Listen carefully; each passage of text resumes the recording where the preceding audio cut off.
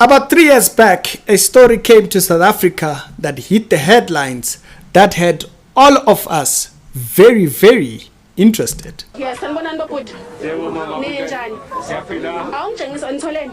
Sithole itayimani nali, sitholile itayimani, sikhuphe khona njengalana le 2.5 carat, nami ngivukile njengomalambane. The man said, "Nami sengivukile esomalambane." It's like, I don't have money, but now your man's up. If you don't remember this story, it's the story that said that South Africans had found a mining hub at one particular mountain, and they were going there and digging. Everybody was obsessing over this area. At one particular moment, they counted over 1,000 to 1,000 plus people on the hill. I'm gonna show you that particular story, and let's go back in time to about 3 years back, right after COVID, and as we were still dealing with lower cases and stuff like that, and people were looking for anything to grab a hold of and hold on to. It's the Rikshuari Show, the daily Christian commentary videos. If it's the first time of a year, show, check out about the videos that are down in the pinned comments. These diamonds were already declared to be, or the area at least was already declared to be, an illegal mining site. Comes out of this. I'm just going to step out of shot and ask my colleague to show you exactly what is going on behind me. Just like yesterday, Mineral Resources and Energy has warned that people should not be digging here because it is illegal. It was already deemed to be an illegal mining site. But people were going on because maybe they will have pity on us, you know. I remember the other gentleman even say, you know what, they must just feel for us, It's one thing to say it's illegal, but let's have a bit of Ubuntu and just allow us to also taste some of this money. Basicheckele lona ukuthi lilo na singaze simosha amandla ethu kangaka singalali ubusuku bonke. Hey, sasilalanga sicinga ubusuku bonke siyidinga le mali le kade sihlupheka. And so a lot of people had hopes, even though the place, as you can see the headlines, were already labeling them illegal mining. How this entire thing came about. Probably about 3 weeks ago, I think it was, a local herdsman came across some white crystals in a field and told somebody, and they figured out that these white crystals that this herdsman had picked up were diamonds, and it created a massive diamond rush towards this area. 1,000 fortune seekers have flocked to a village in South Africa's KwaZulu-Natal province to dig for what they believe to be diamonds after a discovery of unidentified stones in the area. The diamond rush started on Saturday after a local herder made a find in an open field. Aruna Iyengar has the story. Jubilation at the discovery of gems in the village of KwaHlathi in KwaZulu-Natal province. Fortune seekers believe these gems could change their lives. I've never seen or touched a diamond in my life. It's my first time touching one here. I hope this will make a difference at home because we're really struggling. This digging and all was not easy at all, okay? People were spending days mining this particular thing or looking for the stones, and they were just hoping at this point. Bear in mind, they were still hoping that there was some type of value attached to the stones. From what you can pick up, Letiwe, what is the rate of discovery of these stones? I see behind you there are hundreds of people who are busy digging, but at what rate are they discovering something in which they then invest this hope that perhaps this could be a diamond? Is it, you just hit a few paces on the ground with a pickaxe and you pick up something shiny? So that was the question. Like, are there many of these stones?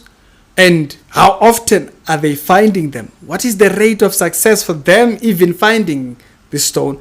And then on top of that, they have this invested hope that something would come out of this particular stone that they were holding. Now, if you actually even look even further, people were risking health issues because of this thing. Ekuseni sagubha imini yonke asangathola sathi ngcono silale zame ebusuku nasebusuku asitholi namanje angikaze ngithole angikhathele mntana ngibona sengivuka na iBP manje ngiphethwe yikhanda. This lady was becoming ill because of this hard work that they were putting to dig for these things. They had been working through the night. They worked through the day and the night, hoping to find the stones. Now, if the stones were quasi, what do they call them? Crystals.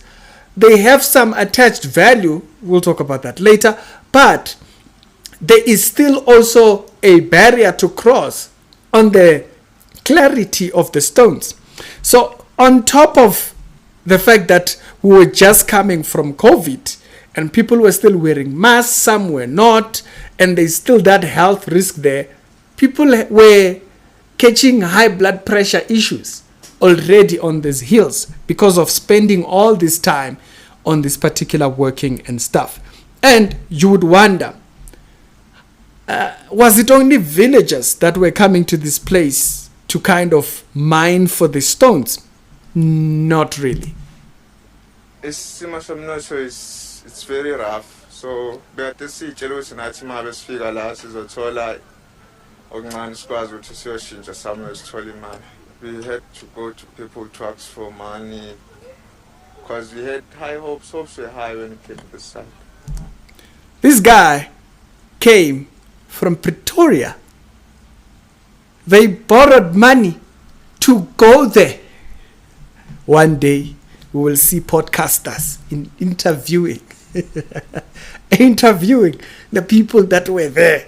Here we are waiting. Do fast.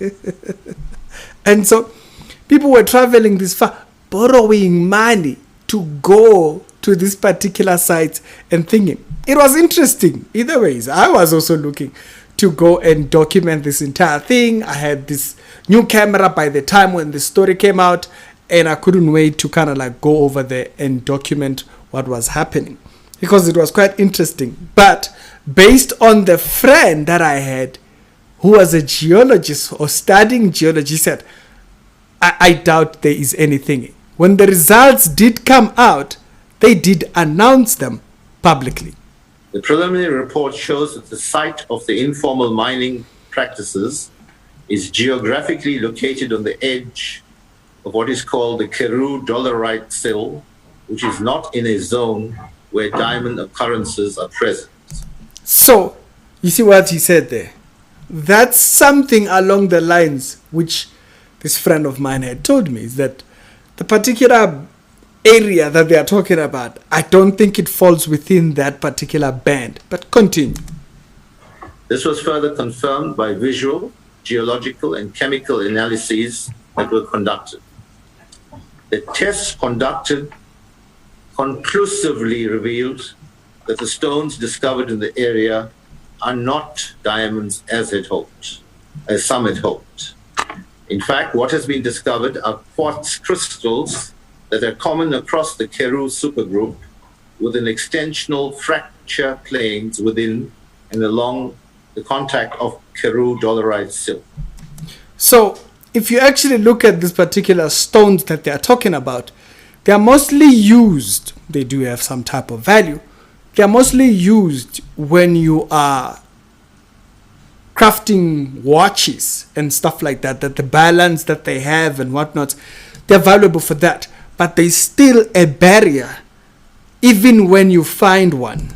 Diamond rush in an impoverished KwaZulu-Natal community has ended with the announcement that the stones dug up are in fact not diamonds but quartz crystals. Economic Development MEC Ravi Pillay making that announcement following an investigation by the Council of Geosciences and the Department of Mineral Resources. Plans are now afoot to investigate the possibility of other underground resources like shale gas or water. Let's unpack the story for you now. Dr. Gideon Groenewald is a geologist and joins us for more.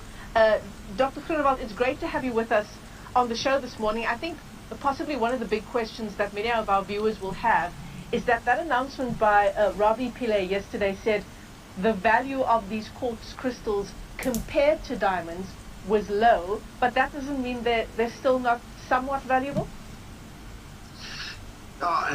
Good morning to your listeners as well. The most important thing is that these quartz crystals, if they are of the clear quartz variety, if they're not milky in color and they look like little glass pieces, and that is why they were confused with diamonds, these quartz crystals have value. They're not valueless. I mean, you don't throw them away at all. I mean, I know it's difficult for you to say when you haven't held one in your hand physically what they might be worth, but perhaps you can give us like a scale of possibilities of what their worth is. Well, the quartz crystals are used in, for instance, the making of timekeeping devices like watches. You know, you'll see on the little watch. And you will hear right there, he mentions they are valuable at thingy, and there is still also a criteria that they must meet, is that they must be clear and whatnot. And I don't know if those stones were clear or what, because most of them were dirty. You couldn't see much on thingy.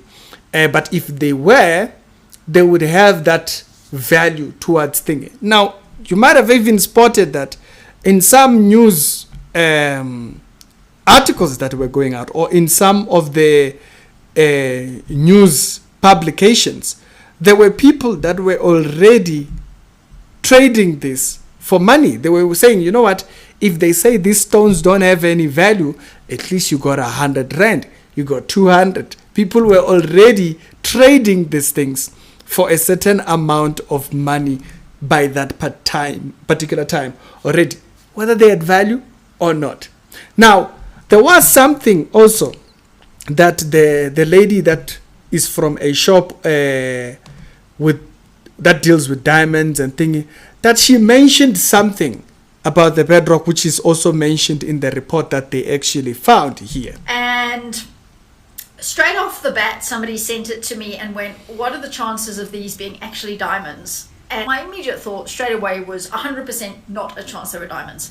And if you asked any other geologist in South Africa, they would have told you exactly the same thing. There is no way, like virtually no chance whatsoever, that these could have been diamonds. And you're probably going... Value, like I mentioned a little bit earlier on, it came right after COVID. And it's just quite interesting. You know, it's almost pointing to hope. You know, when you come from such level of crisis, there is this desire to see something that's hopeful. Like when you see despair, you start to look for something that pushes that there is hope ahead. You know, and I think that's what South Africans were kind of hoping for or grabbing a hold of, to say maybe something will come out of this.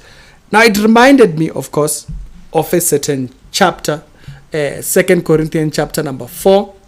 And if you read it down, it says something very interesting. It says, made in the light. Okay, so it's talking about Jesus. It says, let us shine out of dark. Let light shine out of darkness, and made his light shine in our hearts to give us the light of the knowledge of his glory, the glory of God in the face of Jesus Christ. He says, now we have this treasure. Okay, we have this treasure. He says, in this present day, we have this treasure in jars of clay, this body, to show that this surprising great power is from God and not of us. There is always this pressure that humans give themselves or have upon themselves to find value on their own. And we can pursue this. We don't know if we will find anything, but we can pursue it with everything in us and with every point of strength in us. And there is an area of value that is already there. The question is, when pointed forward, does it become enough? You know, when the gospel is preached, there is that which you get. The hope in the gospel of the treasure that is placed in this body, in this particular thing. Okay, we do that. We handle that treasure in this earthen body. That's what the verse is kind of reminding us of. And what is that treasure? Is ministry that God has given us. And if you read it going further, it actually says that we are hard pressed on all sides, but not crushed. We are perplexed, but we are not in despair. He's speaking about, although we have all these troubles that we see or face, we are not completely without hope looking forward. Not because of what we get outside, not because of the treasures outside, but because of the treasure inside, in this earthen body. And for many people who do not have the gospel, I can imagine what that's like. Constantly looking for treasure outside. So I remember this story today in the morning. You know, sometimes there's the things that motivate. It's seeing stories like this or remembering stories like this is very motivating, because it reminds. You might search and not find. You might search with all strength and not find. But if you haven't found the treasure that is meant to be in these earthen vessels, it can create so much chaos. That's why you see him say, he says, we are hard pressed on every side, but we are not crushed. We are perplexed, but we are not in despair. We do not come to a place of hopelessness, because why? The treasure in us dictates true value. Now tell me your thoughts in the comment down below. It's the Reality Show with daily Christian commentary videos. I thought, let's go back into memory and remember, the greatest treasure is not the one that's out there. The greatest treasure is the one that you find in here. That comes through Jesus Christ. Tell me in the comment section if you found that, and I'll see you later.